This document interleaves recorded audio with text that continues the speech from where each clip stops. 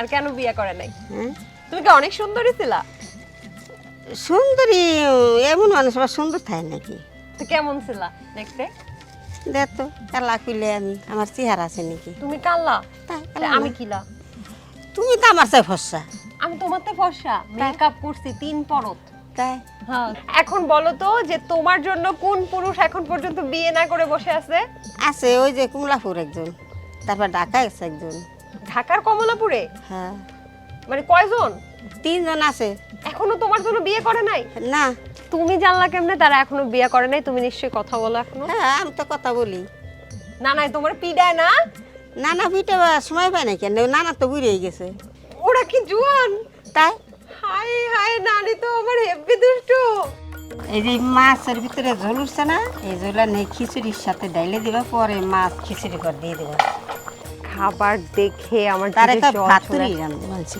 ভাতুরি? এই তো ভাতুরি ইলিশ মাছের ভাতুরি। ও আচ্ছা, এটাকে বলা হয় ইলিশ মাছের ভাতুরি এখানকার আঞ্চলিক নামে। আঞ্চলিক নামে গ্রামে এলাকায়।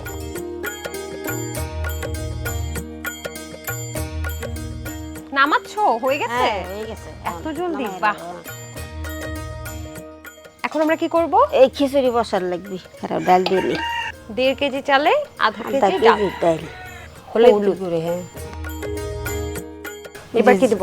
জিরে, হজের গুঁড়ে, আদা দেব, এই রসুন গুঁড়েটা, রসুন কুচি ছোট ছোট করা, কাঁচামরিচ লাগবে, পেঁয়াজ কুচি পুরোটা দিয়ে দিলে, লবণ, তেল লাগবে।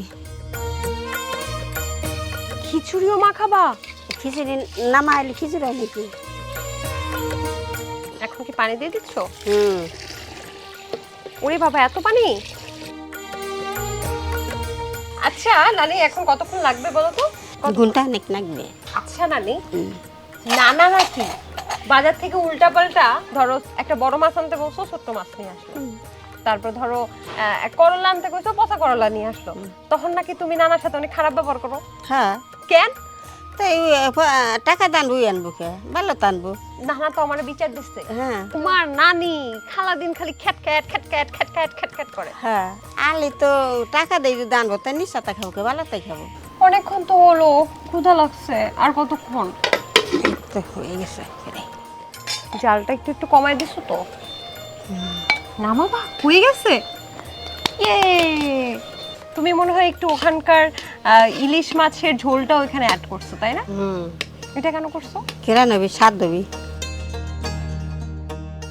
একটা একটা করে ইলিশ তুমি ভেতরে দিয়ে দিচ্ছ কেন? এর কয় ইলিশ খিচুড়ি।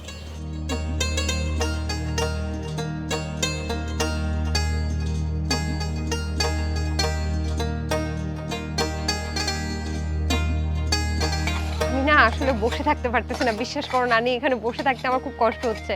এত সুঘ্রাণ, মানে ইলিশ, ডাল, খিচুড়ি সবকিছু মিলে না কেমন যেন একটা, মানে পাইলের ভিতরে মুখ দিয়ে খাইলাম। পাতিলের ভিতরে মুখ দিলে তো জিহ্বা পুড়ে যাবে।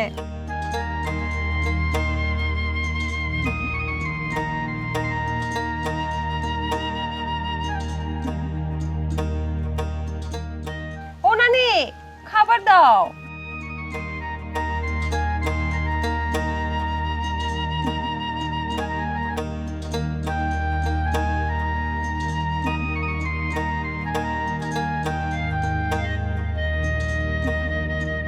দর্শক, এখানে বসে থাকাটা নিতান্তই আমার কাছে মনে হচ্ছে অত্যাচার, কারণ এত সুঘ্রাণ ইলিশ মাছ সাথে এই যে খিচুড়ি সবকিছু মিলিয়ে কিন্তু আমি এখানে বসে থাকতে পারছি না। না খেয়ে আমি বলতেই পারছি না যে এটা স্বাদ কেমন।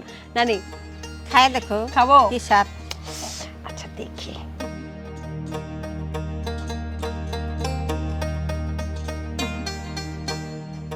নানির হাতে আসলেই জাদু আছে, মশলাগুলো এমন ভাবে মিশেছে, আর বিশেষ করে ইলিশ মাছের সেই ডিম যখন কামড় দিচ্ছি অন্য একটা রাজ্যে হারিয়ে যাচ্ছে।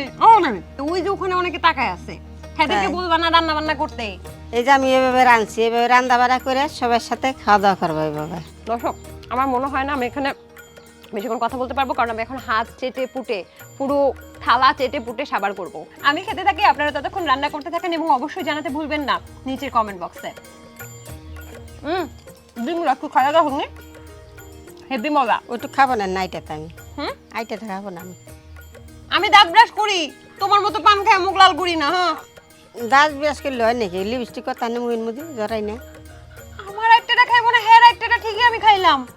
আমার আমি তো গালে দিই তোমার হাতে আছে জাদু, মুখে নাই মধু। হুম